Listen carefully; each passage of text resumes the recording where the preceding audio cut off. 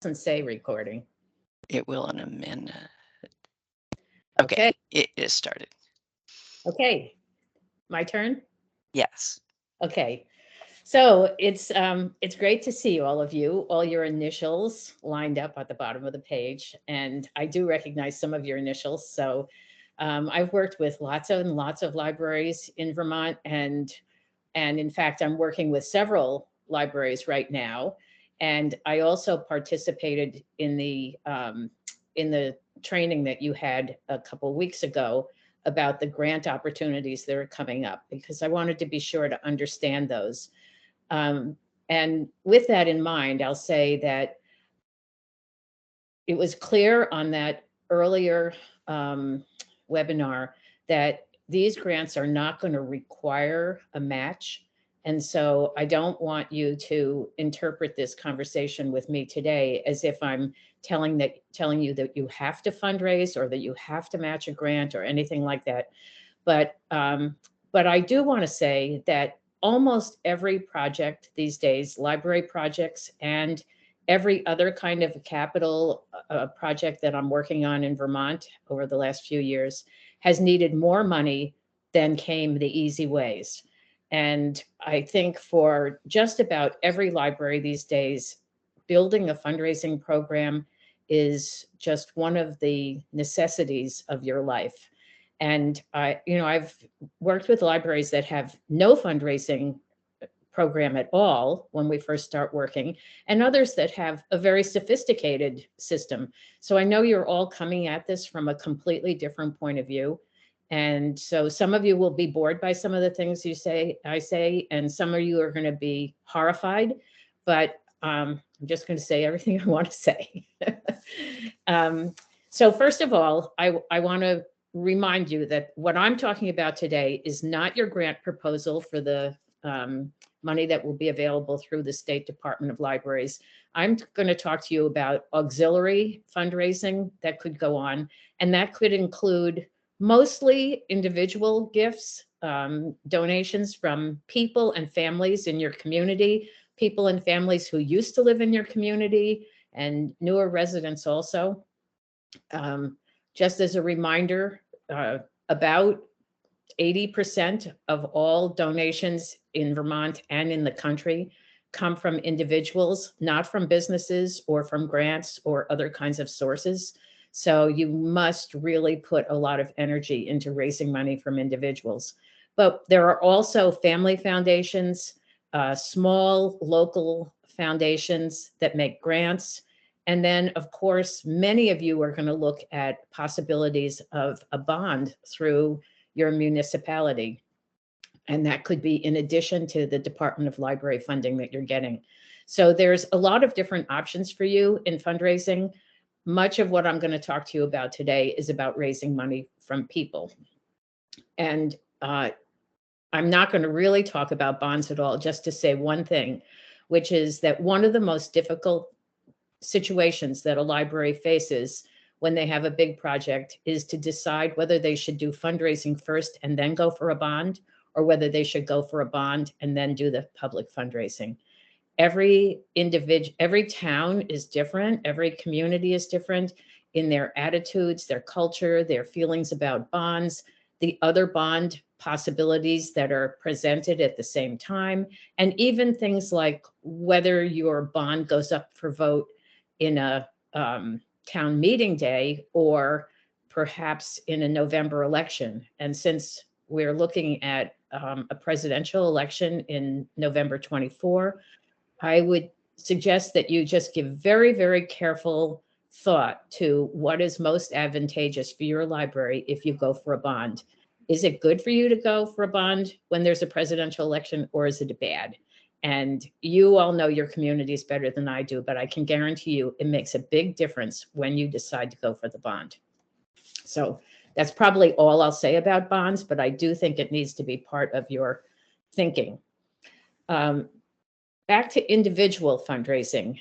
I think for every library in Vermont now, it's just plain good business to establish a fundraising program and to begin to communicate with people in your community about what the library does, especially the message of it being more than books.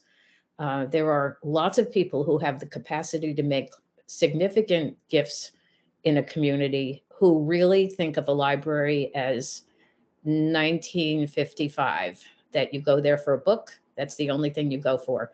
And you may see people coming to the library for many, many other kinds of things, but it's very usual that the biggest capacity donors in your community will be people who are not library users and are very out of touch with what the possibilities are for library services. So the more you can do to communicate with people who are not your regular library users about technology, about audiobooks, about streaming movies, about humanities discussions, everything, children's programs, literacy programs, everything that you do in your library, you need to be communicating with your full community and not just the people who walk in your door.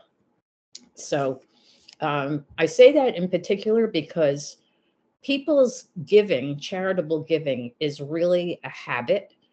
People grow into the habit of giving to the things that they like to support.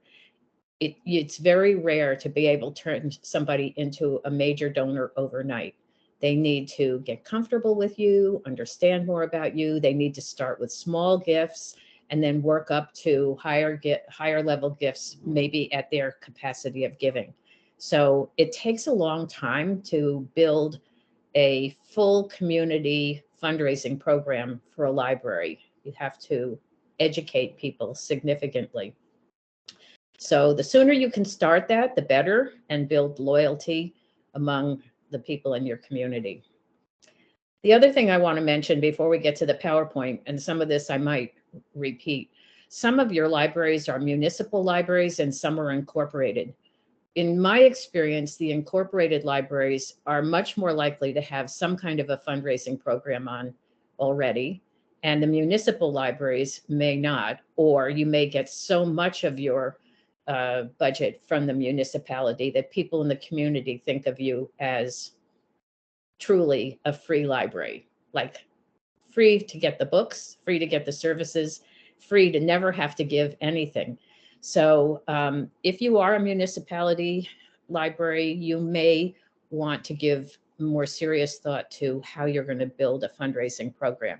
The incorporated libraries may already have a small program and they just need to expand it. Also, lots of your libraries have friends programs, and taking a look carefully at your friends is an important thing as you get into a capital campaign. In many cases, especially if you're a municipal library, the Friends Association may be the best way for you to bring in donations in your campaign. People have a kind of bad feeling about making charitable donations to their municipality. They figure they're paying their taxes and that's it. So it's oftentimes difficult to get somebody to give a charitable deduction to the town that they pay their taxes to. So if you can work with your friends or establish a separate 501c3 or have a fiscal agent, it may be much easier to get people to make charitable donations to your library if they don't have to send their donation to the town clerk or the city clerk. So that's another thing for you to think about as you put yourselves into a campaign planning structure. And then also I want to mention the fact that the kind of fundraising that we're talking about in relation to the Department of Libraries grants is really restricted fundraising. You will be asking people to make donations that are restricted to the capital projects that you're proposing. And that is different from your annual fundraising, which you are probably doing for operations expenses, for books, for programs. But in any case, your everyday fundraising that you do year after year after year is generally unrestricted and goes towards operations. So if you're dependent on that annual fundraising that you already do, remember that your capital fundraising will be restricted. You can't just put all the money in one place.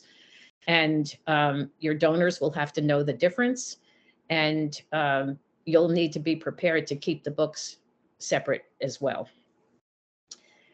Another thing I want to mention is that planned giving, bequests, and other kinds of estate planned gifts are a fabulous source for libraries. They always have been. This is like the most traditional way that people have given to libraries over decades and hundreds of years.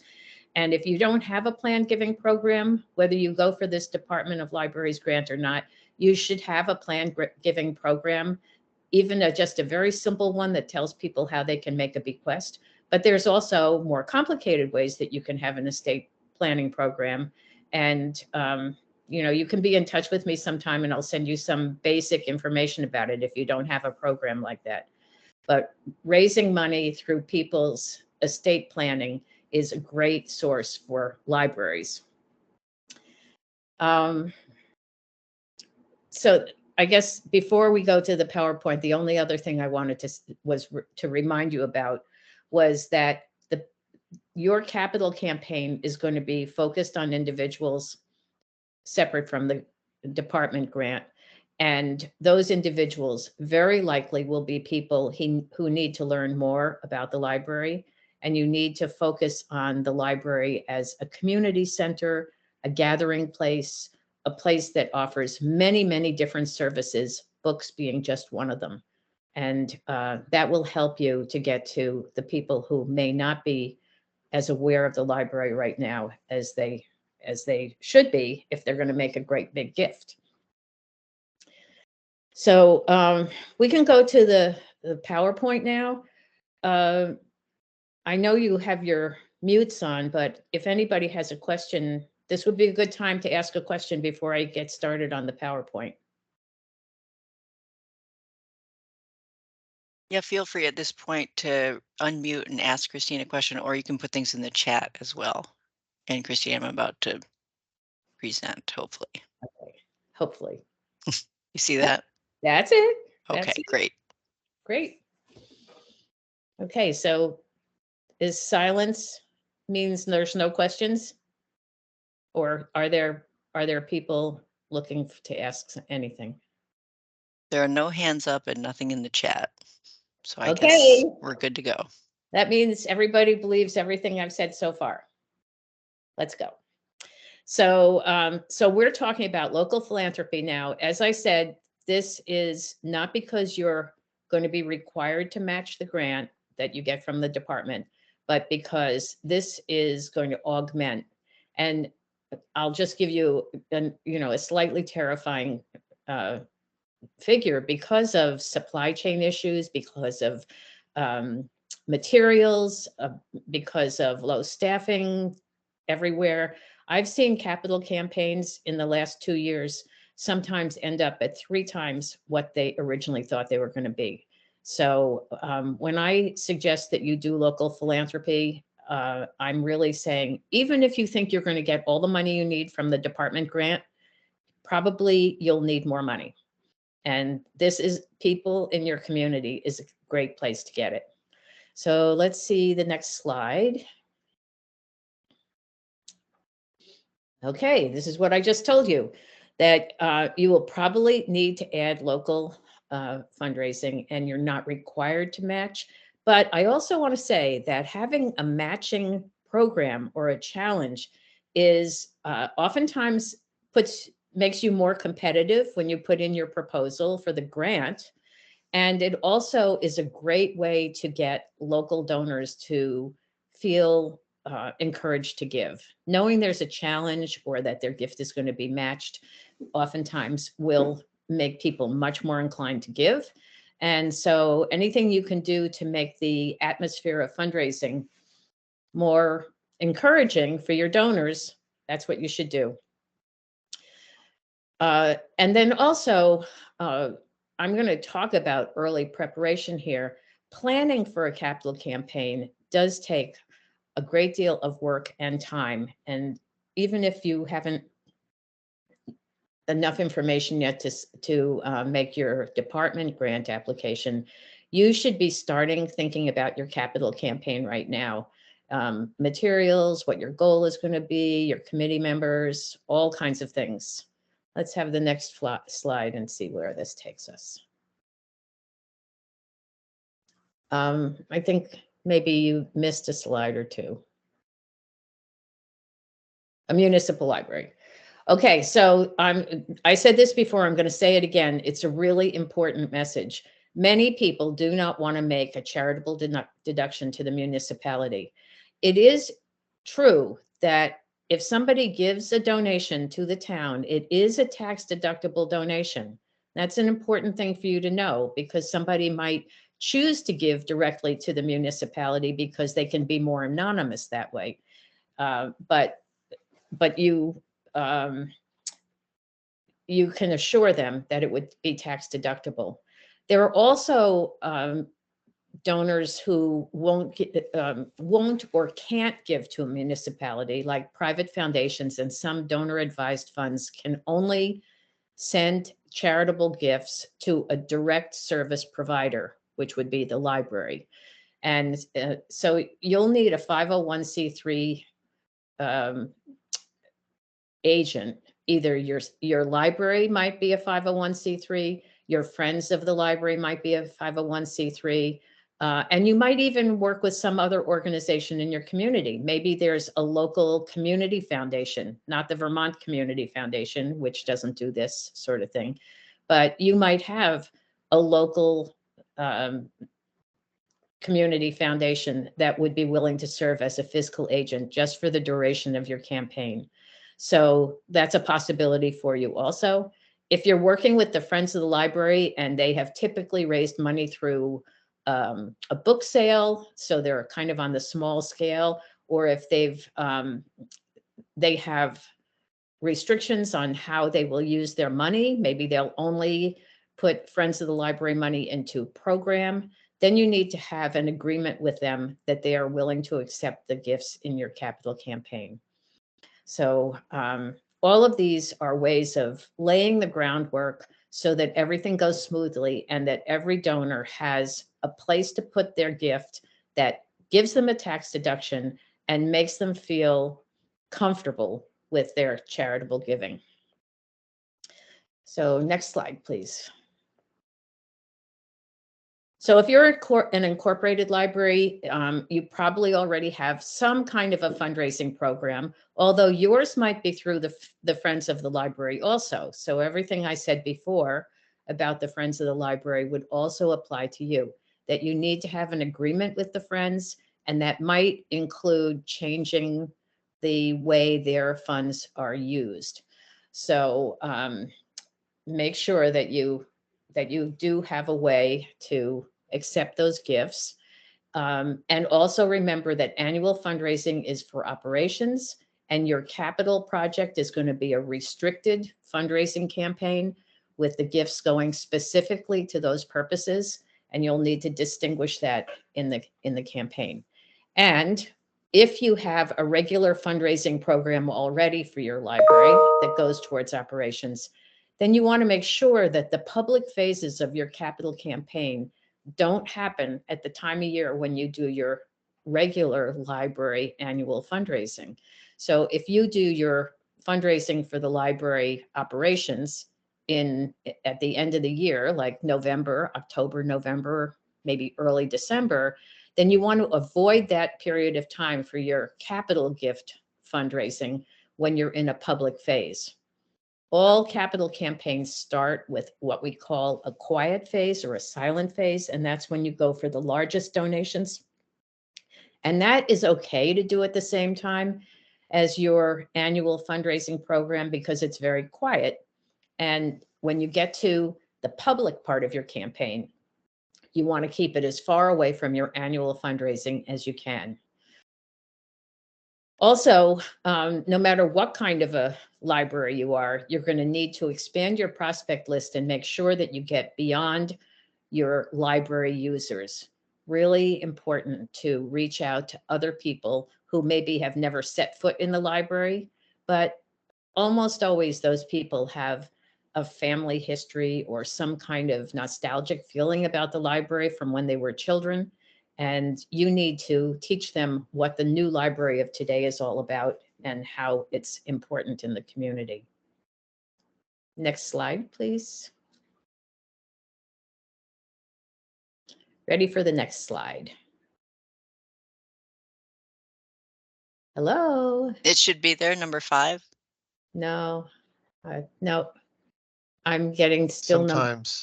Sometimes the presenter view and the audience view can be a little different. Not sure why that happens, but we are seeing slide 5 right now. Is that what you want? Much of your work depends on the goal. Yeah, I don't see it. This could be a problem. You might have to read the slide. All right, now I'm going to 6 and going back Okay, to let's 5. see if you can go back to 5. Okay, got it. Did got that it. work? Yes. Great. Okay, so how you proceed with your campaign is going to have a lot to do with the size of your community and the size of the project. And as preface to that, I'll say that most capital campaigns start with some kind of a study to measure the interest and support of the community, especially major donors in the community.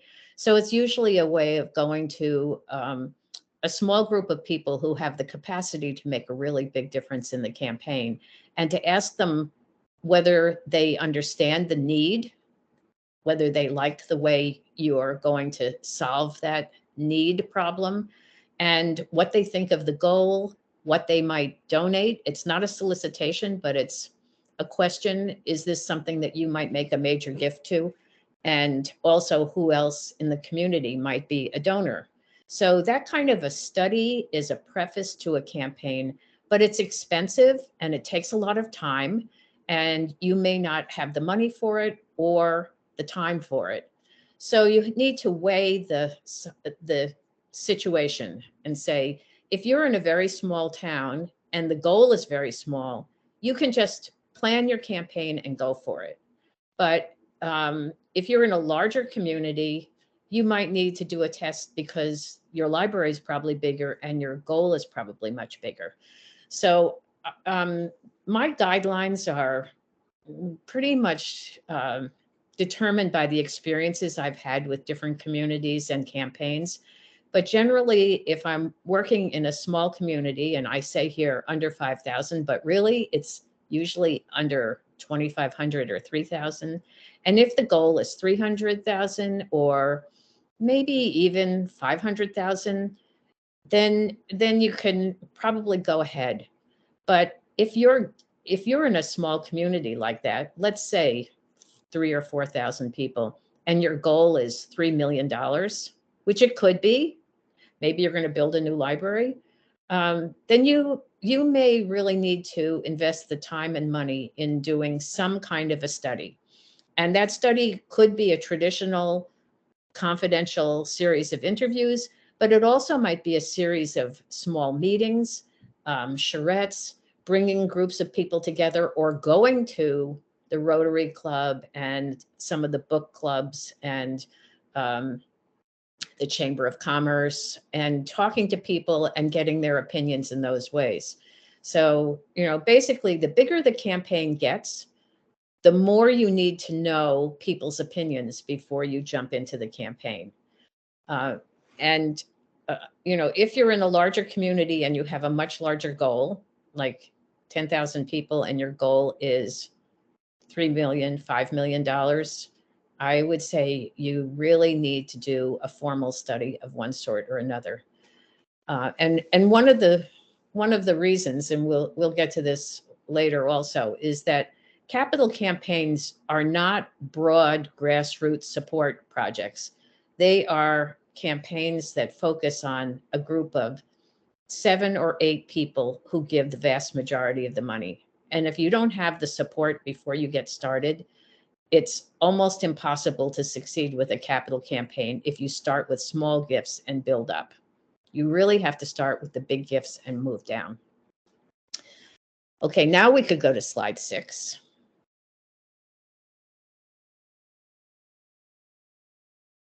Do you see slide 6? Yes. So this is what I was just describing to you, a planning study or a feasibility study. And if you are going to do anything to measure your community's interest, and that means the kind of study I was just telling you about with interviews with major donors, or if you're going to do small gatherings, which really is a great idea to go out and meet with small groups. Don't ask them to come to the library all the time unless they really need to see the problems at the library that you're going to try to fix.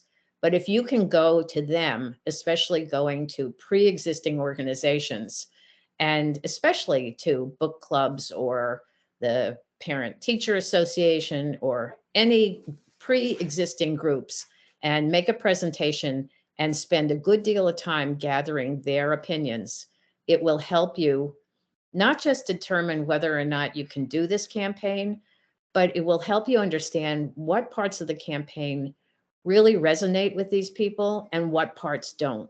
And that may be a big surprise to you. You know, the people who, if you did a meeting in your library and the library is not handicap accessible and everybody who comes is fully able to get to the meeting room, they may have no interest in raising money for accessibility because it's not a problem for them. So you need to listen carefully and talk to a lot of different types of groups to get their information. And for the people who can't get into the library, be sure you go to them and find out what they have to say. Okay, next slide.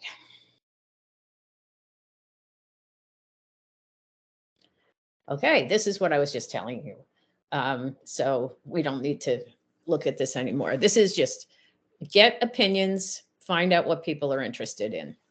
So when you start planning your campaign, these are the things that are essentials for you. First of all, you must know how much money you need to raise before you start the campaign. Sometimes I feel silly saying that because, you know, in my mind, I think, how could you possibly have a campaign if you don't know what the goal is? But lots of times I meet with groups who say, well, we know we need to do this, but we don't know what it's going to cost.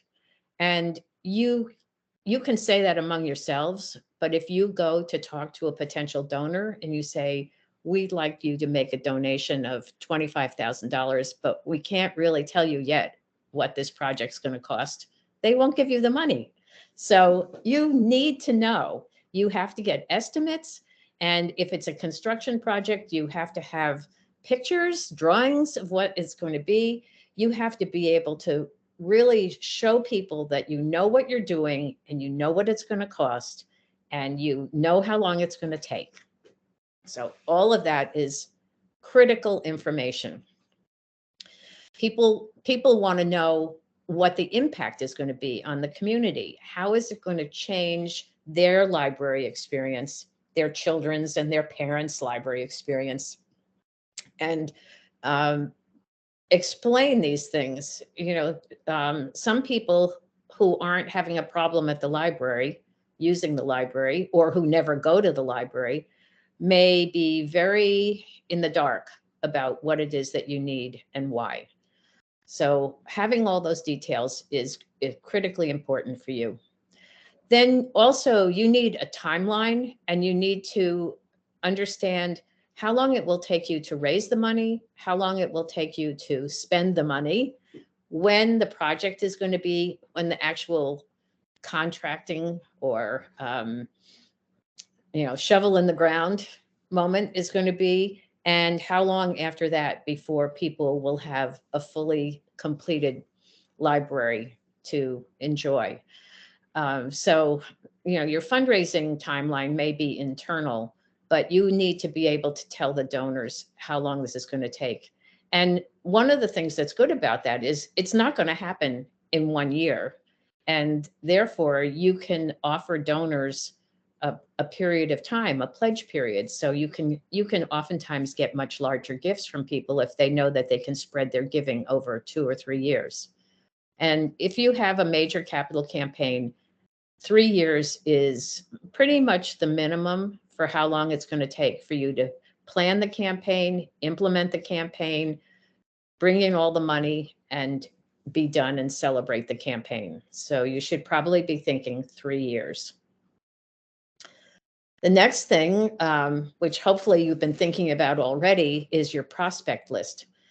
One of the things that I think about with this Department of Library grant money that's coming in is that it seems like practically every library in Vermont is going to be fundraising all at the same time. And that just makes it even more important for you to realize that the people who will give to your library are the people who live closest to your library. You may find somebody who grew up in your town and now lives in Arizona, and they may make a donation to your library, but the vast majority of the people who are going to give to you live within your community and within the area of your library's outreach. So maybe not just your town, because maybe an adjacent town doesn't have a library or has a very small library, or maybe you have a satellite in another community. But generally, your library donors are going to be people who live close to your library. And you would be wasting a lot of your time if you start trying to go to other towns far away, still in Vermont, but far away, and try to raise money there if you don't have a pre-existing relationship with the prospect. So obviously, you're going to look at everybody who is a library user. And if you have a fundraising program now, you're going to look at all your current donors. You're going to look at everybody who gave you money in the past. And if you've had bequests in the past, take a look at the family members of the person who left you a bequest when they died. That's a possibility. Community leaders, business owners, and also, if the business owner lives outside the town, but the business is in or affects your town in a big way, then that's a prospect. And then friends, colleagues, people who have moved away but still have connections. Just be constantly looking at your lists and adding to them as you prepare for your campaign. Then also your campaign will need a committee. You'll need a group of people who are very committed to the library and who are willing to ask for donations. I can't emphasize that enough. If you have a campaign committee of people who love the library, but nobody wants to ask for money, you're not going to be able to raise money. You have to have people who are going to be willing to sit down face to face with some of the major donors and major prospects and ask them to make a gift to the library. So, don't create a big capital campaign committee full of people who are willing to sign a letter for a $50 donation, because you're not going to raise your capital funds that way. I think a campaign committee can start out in the planning stage with about 5 or 6 people, including the librarian. Having a small committee at the beginning makes it easier to create the plan and things move more quickly. And then when you get to the point of actually doing solicitations, you probably should bring the rest of your board onto the committee, or at least get the committee up to 10 or 11 people.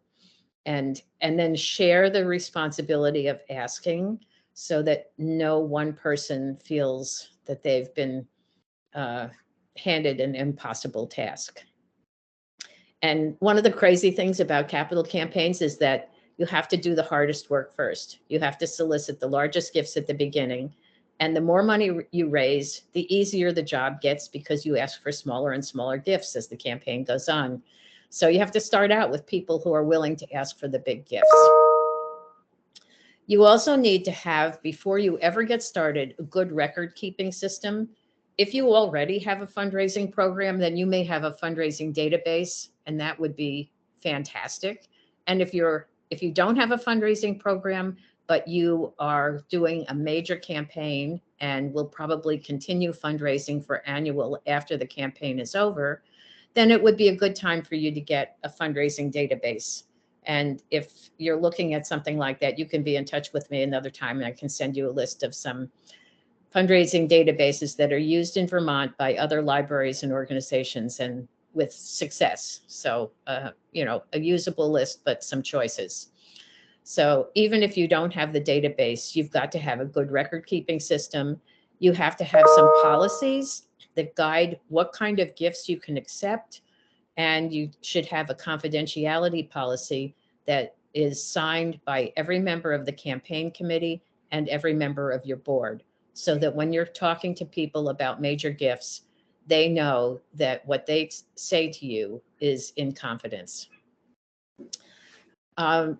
You should definitely have your librarian, and maybe if you have a large enough library with several other staff, maybe another staff person also, so that there's always a voice from inside the library at the meetings. And then training. When you all have to go out and ask for money, you'll do much better if you have some training. Even if you're not afraid, it's still useful to get some training and know that you're doing things in the way that will lead most likely to a gift. Okay, another slide. Before we go on, Christine, there is a question back about the study. And Okay.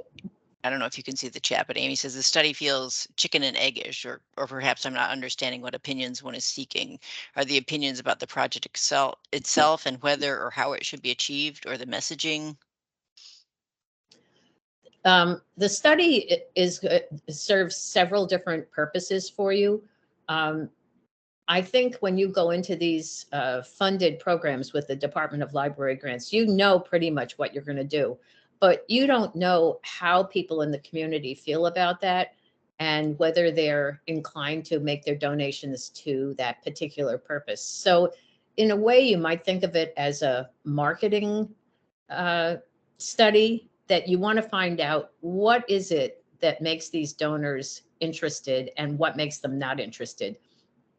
You know, if you have 5 or 6 different components of your project and one of them turns out to be really unpopular, you might just not talk about it so much when you're doing the solicitations, and to, you know, bring pictures or drawings of what you are going to do that is most popular with the donors. So to a certain extent, you're finding out what people are most interested in the campaign. It doesn't mean you have to eliminate the other things, but maybe you just don't spend as much time talking about them. But the other thing that you learn in the study is whether or not these donors are going to make significant gifts, and that will help you determine whether your goal is realistic or not. So you're testing your goal at the same time as you're testing the interest level of the individual prospects. And you're also going to gather a list of other prospects.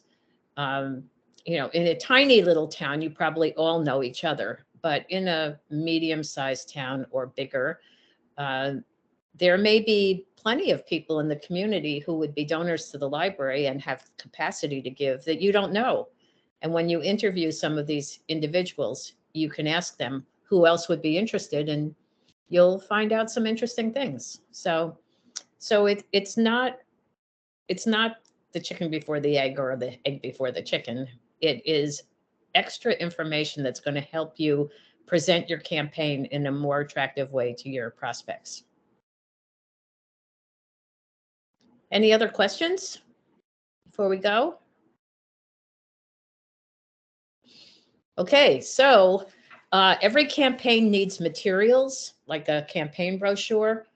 I would suggest that you go with the most modest materials that you can prepare that still represent all the information your donors need.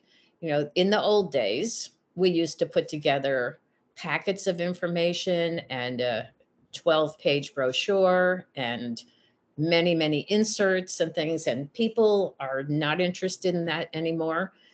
In fact, people don't read very many words anymore. Maybe they do at the library, but in campaign materials, they don't read as much as they used to read. So a lot of pictures, less text, and not very many pages, but definitely pictures in color.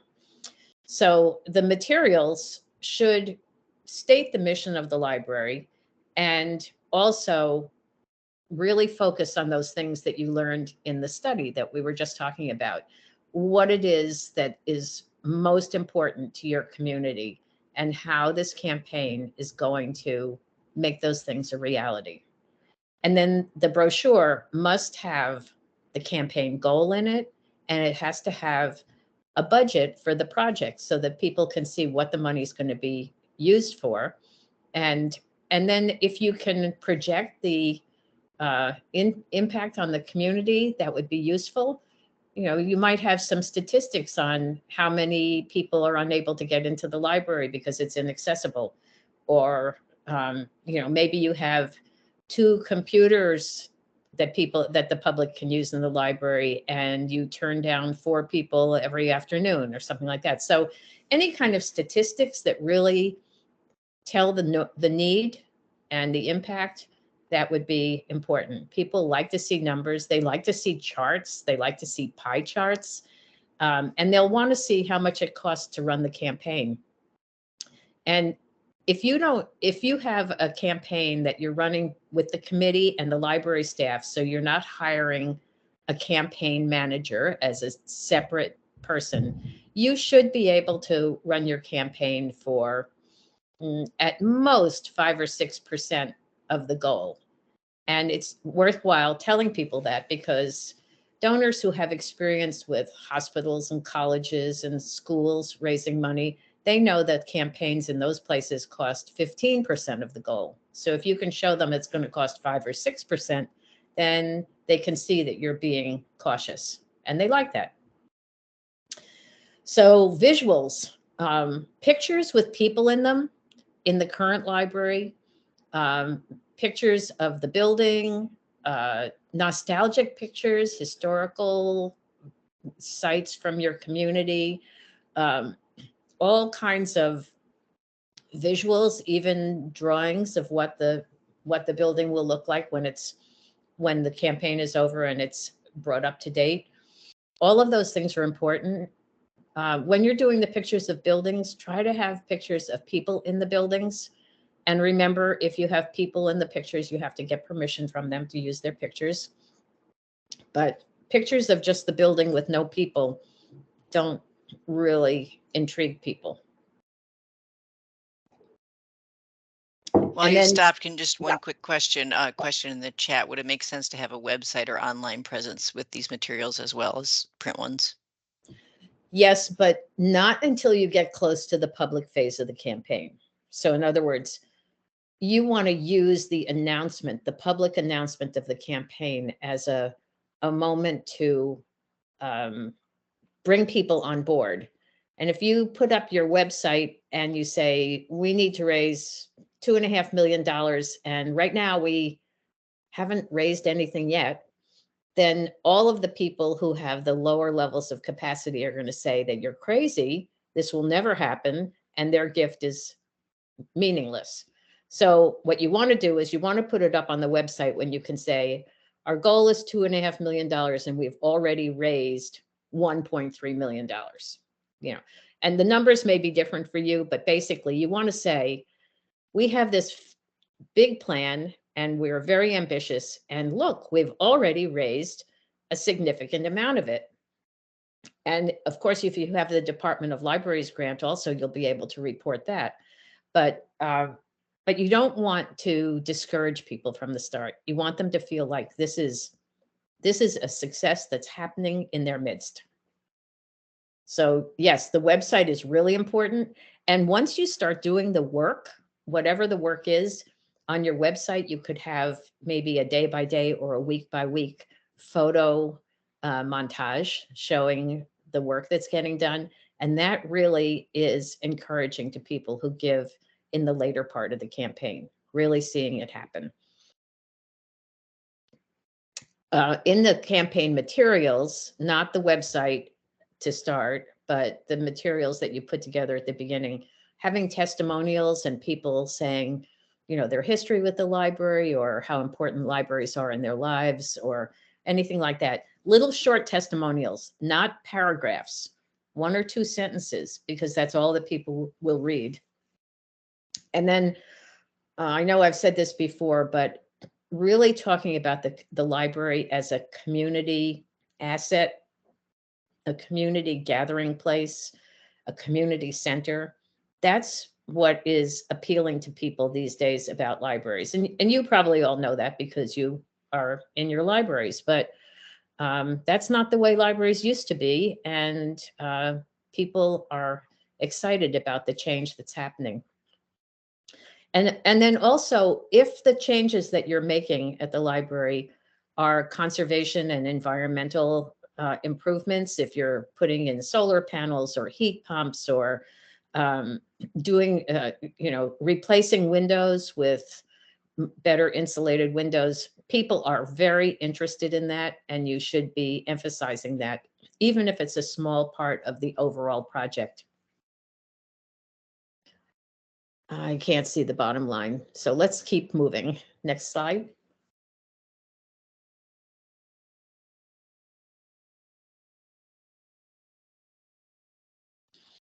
Okay, so this is just reminding you again of some of the things you need. You need a timeline and you need a campaign budget. And the campaign budget will be the cost of running the campaign and the cost of the work that you're going to do in the library. So all of those things, you have to have all of that ready to go. You need a gift chart, and I'll show you in a minute what a gift chart looks like. But just to remind you that you have to start your asking with the largest gifts and then work your way down. And then when you're developing your prospect list, you need to really be focused on each of your individual prospects as individuals. What are they interested in? What are their opinions about the library? Are they engaged in the library or not? And then to get together with the members of your campaign committee and decide who's the best person to talk to this prospect. Maybe two people go as a team to talk to them, and who are the best two people to do that? And if the person doesn't know very much about the library yet, how can you cultivate them and prepare them for the solicitation? So it might mean inviting them to come and walk through the library, and you could show them the areas of work that are needed. Some people may already know that. Some people, believe it or not, you might have some prospects who have never been in the library building before, and so they need to see it. And all of that cultivation will make them more inclined to hear your story and more inclined to support you when you ask for the gift. I mentioned these policies before, confidentiality and gift acceptance policies. And if endowment is part of your campaign, you should have an endowment policy that tells how the endowment will be managed and what you will draw out of the endowment as annual interest. So I'd be happy to send anybody some samples of those kinds of policies if you want them. If you have a database, or if you don't and you need some kind of a record keeping, make sure before you do the first solicitation that you already have this in place so you can manage the gift properly when it comes in. And in terms of solicitation training, you might be doing your campaign without a consultant or an advisor, and that's perfectly fine. And lots of organizations have people within their group who have lots of experience with capital campaigns, and they don't need a consultant. But you might want somebody to come in and train all of you on how to actually make a gift solicitation. And sometimes even people with experience are happy to have that. You need a pledge card because a good percentage of your donors probably will want to spread their gift over a period of time. And as I said before, that's often a way to get a larger gift. And then you need to have a list with your campaign materials of all the different ways that people could give. Obviously, they can give cash, they can put it on their credit card, they can send it to you on PayPal. I mean, all of those are cash methods. But there are also an increasing number of people who have donor advised funds, and they need to know how to instruct their donor advised fund to give to your campaign. They won't be able to make a multi-year pledge, but they could tell you what their intentions are. But with a donor advised fund, you can only give 1 year at a time. They may have a family foundation, and they need to know how the foundation can give. And they may have some ideas about other kinds of gifts. Maybe they want to give you art or jewelry or an old car or any number of things, real estate. People have many different ways of giving, and they need to know what of those gifts you will accept in your campaign. So it's a good idea to have a list of ways to give that you know you can manage, and have that in your campaign materials. Next page, please. This is the gift chart that I was telling you about before. This is kind of a model of a gift chart that you could put together for your campaign.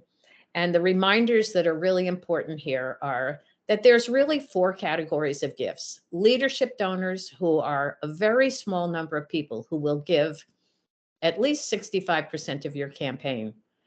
With the way the economy has been changing lately, and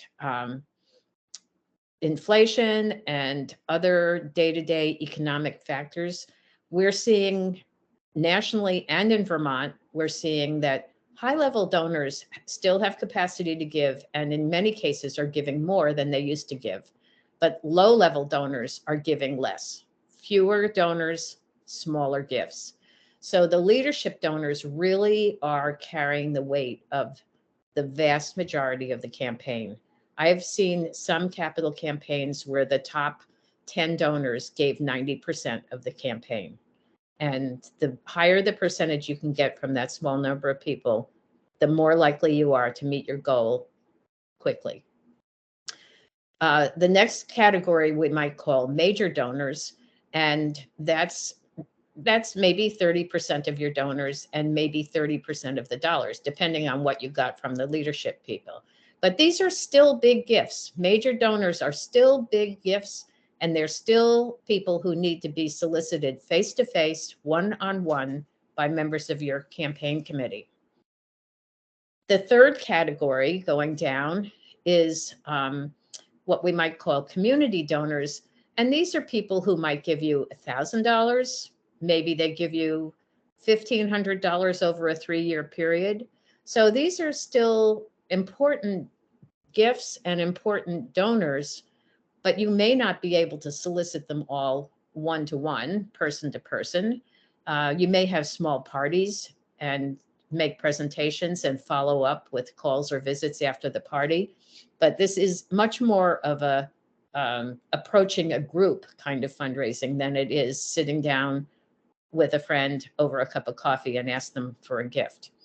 And then the final category is the grassroots donors. And these are donations that could be anything from a coin drop up to letters that you mail to people asking them for $50 or $75 or $100, maybe $100 a year for 3 years. But these are donors who are not asked face-to-face. They oftentimes will give through an event or some kind of a community chest kind of, maybe not, they might just be giving cash at the moment without having thought about it a lot in advance. And really the other 3 categories are all people who are going to think about their gift, plan it, and do something possibly over a 3-year period. The grassroots donors are usually people who the gifts are more serendipitous, they're of the moment, they are moved to do the gift and make the gift right then. And for the grassroots donors, you can go back and ask them every year. Whereas the other people, when you ask them, they will give you one gift, and that is what they're going to do for the whole campaign. So the biggest message about that is start at the top and work down. So I think most of these ways to give, we've we have covered already, but asking people for pledges is almost always a way to enable that donor to give a larger gift than just once. And then gifts from donor advised funds and also from trusts.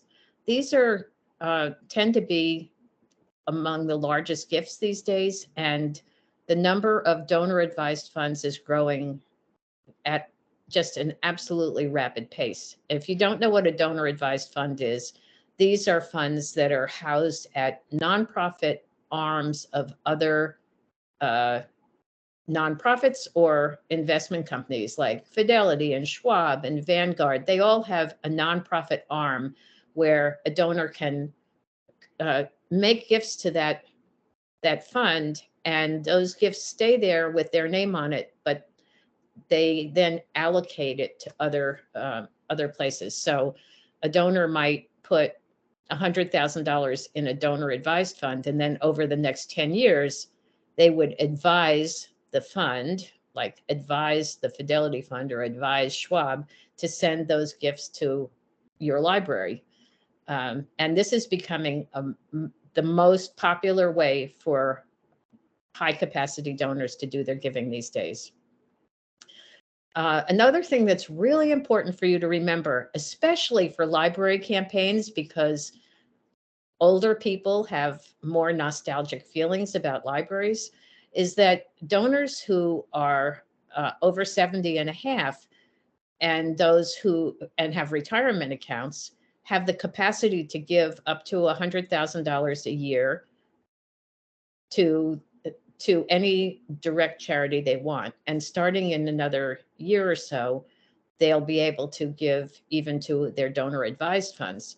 So if you have a required minimum distribution from your retirement account, which right now I think is if you're 73, then every year you are required to take money out of your retirement account and pay income tax on it. But you can donate it to a charity like the library, and then you're excused from paying the income tax. You don't get a charitable deduction, but being excused from your income tax has a higher value than making a charitable donation. So many donors are giving through these qualified charitable deductions. That's what the QCD stands for. And they use their required minimum distribution money to do that. It's a tremendous way for you to raise money that benefits your donors as much as it benefits you. Then you can also accept gifts, stocks and bonds, credit cards, all those other ways of giving, plus all the real property. But just have a policy that says that anybody who wants to give you real property has to talk with you first, and you have to approve it, because you don't want somebody giving you a horse that needs to be kept in a stable, or land that you can't sell, a wetland that you can't use. You want to be very careful that you don't accept a gift that you can't sell and you can't manage, and it's costing you money. So be careful, but don't cross it off your list. Next page. Okay, I did mention earlier about bequests, and I think for libraries, this is just a tremendous source of funding. And in fact, probably most of your libraries have had a bequest at some time in the past. The statistics show that about at least 70% of the bequests that come through to any kind of a nonprofit are unanticipated. You had no idea you were going to get them.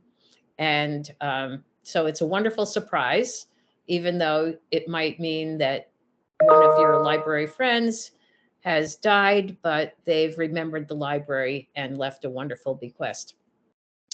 Now, many organizations have legacy societies where they encourage people to make plans through their estate planning to make any kinds of gifts at their death. Bequests, which are stipulated in somebody's will, are revocable. So when somebody puts the library in the will, they can change their mind anytime they want and take it out of the will. So it would be nice if you could get something that was more stable and predictable than that. And there are other gifts, planned gifts, that are called irrevocable gifts. And those are gifts where the donor sets the money aside in a special annuity or trust. And it's guaranteed that you will get the money when they die. And it's also guaranteed that they will get income from that as long as they're alive every year. Those are great things. Most libraries can't manage them themselves because you have to have great assets to back up a charitable gift annuity or trust program. But you can work with the Vermont Community Foundation. And I know there are some libraries doing this now in Vermont, where the Community Foundation sets up the charitable gift annuity. They manage it for you. They pay the income annually to the donor. And then the fund goes into the money goes into a fund for your library when the donor dies. So if you're interested in that, you should talk to one of the planned giving staff at the Vermont Community Foundation. Get enough information. These are really beneficial to the donor as well as to the library. And then finally, you might want to add an endowment component to the fund when you're doing your capital campaign. It's a great way to build up some ongoing income for the organization. And many times when somebody makes a capital gift, they like to see an endowment component because it means that the library is going to be well maintained and cared for in the future. In other words, the money they give you is protected. They give you the money, you do the work, and then the work that's been done is guaranteed to be kept in good shape because there is endowment for it. So you might consider adding some endowment to the goal of your campaign. Okay, next slide. Oh yes, this, again, I want to remind you that I know of about 12 or 15 libraries in Vermont right now that are already working on campaigns, and I'm sure that number is going to double or triple soon. So, don't impinge on other people's donors. Be peaceful among yourselves. Stick to the community that you serve and the people who are committed to your library. You can do research though, and there are lots of small family foundations scattered all over Vermont, and you may be able to do online research or even go to a library that has the foundation directory online and research to find these local foundations, which could be great resources for your campaigns. And again, I mentioned the Vermont Community Foundation in connection to the annuities, but it's also a very good idea to tell the staff people at the Vermont Community Foundation about your project, because they know many, many donors who have donor advised funds at the Community Foundation who like to stay anonymous. They don't really want you to be coming to visit them, but the Community Foundation can make your case to them. So letting them know what you're doing is, you'll never know exactly whether it worked, but if you get some donations from people you didn't ask, it might come through the Community Foundation. So definitely create a relationship with them if you don't already have such a relationship. And then also remember that businesses can really find a sponsorship or funding a part of your project to be really good business for them. And they may like the library, but they may also like the fact that being affiliated with the library is good for their business. So, think carefully about businesses that serve your community, whether they're located there or not, and be in touch with them. And then it says here, tell the more than book story. I've said this several times today, but to attract non-traditional donors and people who are not library users, you really need to emphasize this community center focus for your library. Next slide. So I think now we're getting to the point where I'm just reminding you of the things I've said before. The leadership gifts really have to be done first, and these people must be solicited in person. Try not to take the easy route out and send somebody a letter, because you'll always raise more money if you talk to them in person. And the next group with the major gifts, hopefully that's going to get you to about 80 to 85% of the money between the leadership gifts and the major gifts. And then you can announce the campaign publicly. That's the point where you can put it up on your website. You know, traditionally in the olden days, that's when we put the thermometer out. You don't want to put a thermometer out in front of the library that shows that you have 90% of the campaign still left to raise. You want to show that there's just a little left to raise so that people driving by say, wow, maybe my gift will make the difference. So, you know, take your time and see all these people face to face, the people that you have to ask first.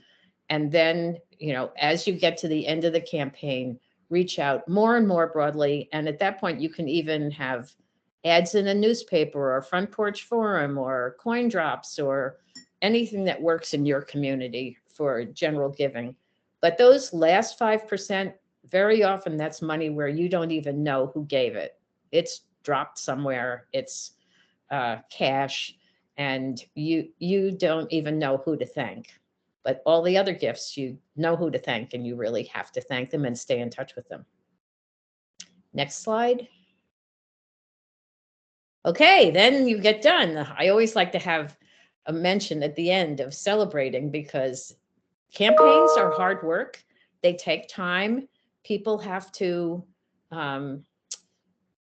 get their courage and do things, sometimes some kinds of solicitation that feels a little uncomfortable to them. But I can guarantee you that once you start raising the money, all of that discomfort goes away and you will feel fabulous. And you can share that excitement and the success with the community. And really, that raises money too. At the very end of the campaign, when you're celebrating, some of those last holdouts are going to come along and say, well, you know, they really did it. I guess I will give them money. So celebration is important. And also, if you're having a little trouble getting to the very final end, go back to the original donors.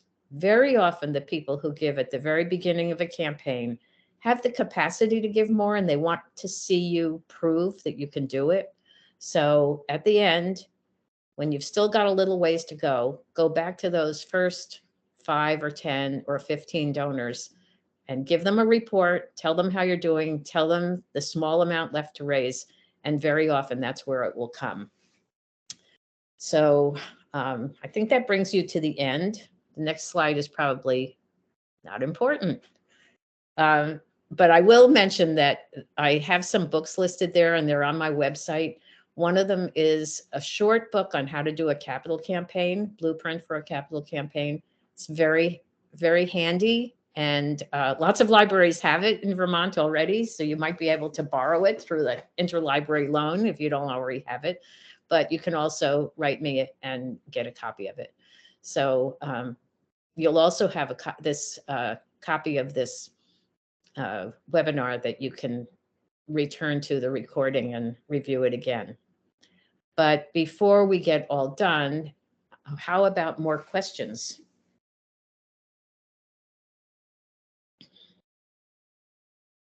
I can't see the chat, so you have to tell me if you have questions. So at this point, if people want to unmic and ask, feel free to. Jill, you asked about the PowerPoint. Yes, we will definitely have that available for you. So either write questions in the chat or raise your hand. Looks like Linda has her hand raised. Thanks. Our library tried to pass a bond last town meeting, and it was voted in by the people at town meeting.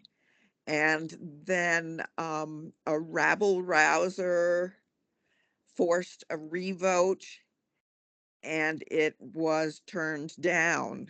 So we are working from, I don't know, a hole in the ground or something. And just kind of waiting at this point. But if there's a source of information on how to recover from something like that, luckily this man has run for office, and each time he seems to get fewer votes, but he goes to the selectmen's meetings and causes a scene at almost every meeting, and has been suing the selectmen regularly, and the judges have turned the suits down, but then he just comes up with a new one. You know, you're not the only town that I've ever heard of having a problem like this. And it's one of the reasons why I've, over time, finally come to the belief that it's probably good to do some fundraising before a bond vote, because more people will vote in favor of the bond if they think you've already raised some of the money. I have to say, if one person was able to get a revote, couldn't you get a revote again? I actually have seen bond votes sometimes 3 or 4 times before they pass. And so I guess it's possible, even though it seems torturous. But, you know, I would guess getting some petitions signed and going back to the select board, and hope that this guy's reputation is speaking against his opinions to the point where maybe another vote would bring you back to the bond. And then if all of that fails, I would guess give up on the bond and raise money privately for a while and apply for grants. And eventually maybe you can go back for the bond when you're closer to the end. But raising the money does sometimes make people feel more positive about it. I'm sorry you're having a problem. I know it's miserable. It's miserable. Amen. Yeah. All right, looks like Deborah has her hand up. Christine, Debbie Granquist, thank you so much. This is really, really, really helpful. And I always learn something new, no matter what, when I hear from you. So this, I don't know if you're the right person to be asking this, but I'm sort of thinking a little bit about the interplay between, I'm involved in a municipal library, and I'm sort of interested in the interplay between private donations from individuals or foundations or what, public from our municipality, and then the possibility of being able to get a grant from the Department of Libraries. And so, you know, in terms of trying to figure, you know, and then and I'm thinking of my pyramid and my gift chart, you know. Mm-hmm. So in terms of trying to figure out how much to ask for or expect from each group, I didn't know if you had any advice on that kind of thing. I suspect for every town, it's completely different, and especially different for different towns that are in substantially different economic levels. I mean, your town is probably higher economic level than some of the others, and so that might have an influence on how much municipal money you can get. You know, I'm glad that most campaign committees for libraries are made up of people who live in the community because they know their own community. But then I also know that in Vermont, almost every person says, well, there's no money in my community. We're not as wealthy as some other, and half the time they're wrong. So I don't know. I think part of it is the culture of the community and how people use the library and how widespread understanding of the library is. But I don't have percentages or dollar amounts or any kind of guidance like that. I sort of think that that's one of the arguments for doing some kind of a study, not a traditional feasibility study maybe, but going to all these different kinds of community groups, even book clubs, and talking with them, because you'll get more of a sense of people's willingness to give and their willingness to vote for a bond, for instance, if that's what you're going to go for. So doing some kind of a local survey. So one quick follow-up, if I may, and that is, have you, in your experience, because our town has a municipal library and we've never done anything like this, and so do people in town expect that because we're a municipal library, the town should be paying for this, or is it the reverse, that people in the community think that the people with means should be paying for it? I don't know if you have any experience in terms, or again, it maybe depends on the community. Well, I actually, in the experience that I've had with Vermont libraries, I would have to say that most people who have a municipal library think that the town is going to pay for everything. And when they hear the word free library, like the Bennington Free Library, I'm not picking on Bennington, I just know that's the name of the library. They think that means free library means it's always free. Nobody has to pay anything for anything, not even a donation.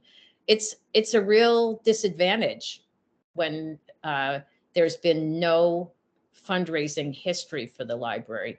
And it's one of the reasons why with many of the libraries I've worked with, I've encouraged them, even years before a capital campaign, when they know one's going to have to happen at some point, that they start fundraising on an annual basis to, more than anything, even more important than the money you raise, is the message that, yes, donations are important in our library.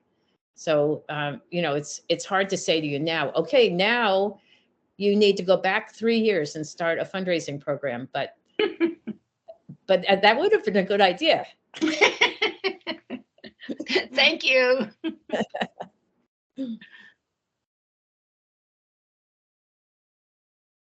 Anybody else? I have a couple questions. One is a really practical one about the foundation directory online. Do you have to have an account to access that? You can access a very small component of the National Foundation Directory online through Candid. It's now owned through Candid. But you can only get information about the biggest foundations in the country for free. To get a broad picture of foundations, and that's where the Vermont foundations are, because they're all smaller, you really have to access the professional version of the foundation directory, which costs a lot of money. And the state used to have it at the state library, and you could just go there and spend the whole day and look up everything you needed. But you can't do that anymore. So you have to find a library that has it. I think that the Brattleboro Library had it at one time, but I don't know if they still have it now. I know that the Saratoga, New York Library has it, but really, here's my pitch for the state of Vermont.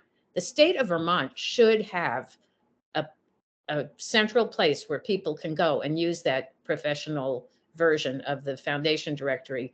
I subscribe to it and I work on it for my clients, but it's terribly expensive, and there's really no library, except maybe there's 2 libraries in Vermont that would be able to afford it, to make it public. It should be a state-funded option.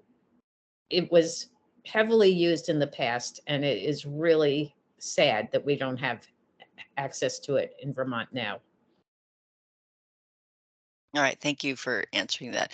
I believe Brattleboro does have it, but that's the kind of thing too, when a library pays for something expensive like that, it might only be accessible for their patrons. I'm not sure how that works. Well, library to library, it's different. Yeah, my understanding is that you have to go there in person. Mm-hmm. You can't access it online. Tom, would you like to unmute? Yeah, sorry, my camera's covered. We had to drop the foundation directory. The price went up about 10 times Mhm. what it was. So it Yeah, was a we've been candid. 1,000% increase. So it was difficult. You know, money's always a consideration. So that was definitely the case there. It went, it really did go up 10 times from one year to the next. So we had to make the choice, and unfortunately, we could not maintain that. Yeah. So, Well, but noted. yeah, all of you in the Department of Libraries should think about this. Okay, we will. Thank you. So another question, you mentioned that people might, or libraries might want to add in an endowment. About how much, like, is there a minimum amount that it would make sense? Like, if you know, do you have to have at least a certain amount to make that realistic and worthwhile? No, you could start an endowment of any amount, and generally a nonprofit of any kind, libraries or any other, would have a policy that says that maybe 4% a year of the endowment would be withdrawn. And the endowment has to be invested to create income, of course, but you could withdraw 4% a year to go towards your operating expense. So if you had an endowment of $10,000, which would be puny, it would only be paying you like what, $400 a year or something, but what it would be doing for you was simply by its existence, it would encourage other people to make endowment gifts. And endowment is one of those things that kind of encourages people, and it grows through that encouragement. So if you had an endowment, even a very small endowment, other donors might consider it when they had some kind of a windfall, or they might make a bequest and it would go into the endowment. And then over time, it grows and it begins to make a substantial impact on your operating expenses. So, you know, I think it should be a goal of every library. And I think a lot of libraries have it, but sometimes it's very small. And sometimes it's not very wisely invested. You know, you don't want to have it just in a checking account. You should have it in some kind of investment that is actually over the years, you know, with the ups and downs of the market, actually growing. Are there any other questions from people? I have one more, but I'll save it if someone else has. Okay. And I did put a link to an evaluation for this webinar in the chat. If people could do that, it would be very helpful. Anyone else want to type a question in the chat or raise their hands? Okay, so my question is, what if you raise more than your goal? Is that, Somebody always asks that question. I I think, figured someone was thinking it and I just thought right. I'd say it. Well, you know, it's actually one of the reasons why having an endowment component of your campaign is a good idea, because if you raise more than you need, you can put the extra into the endowment, and that will help you in the future with your operating expenses. So that's one part of the answer. The other is, this used to happen once in a while, but with the change in costs, the way costs are going up so much, I haven't seen this happen in quite a while, because everything's always costing more than you thought at the beginning of the campaign. I hope we get over this, but for right now, raising more than you set out to raise is maybe just a defensive move. You know, it's a good idea.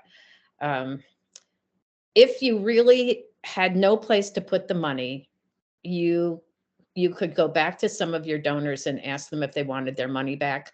But I don't think I've ever heard of a donor that wanted their money back. And so you could say, is it okay with you if we put this into endowment? Or is it okay if we put this into the book fund or a reserve fund or an environmental improvements fund? And I would find it hard to believe that a donor would ask for the money back. Plus, if they got a tax deduction for it, they would have to refile their taxes if they took the money back.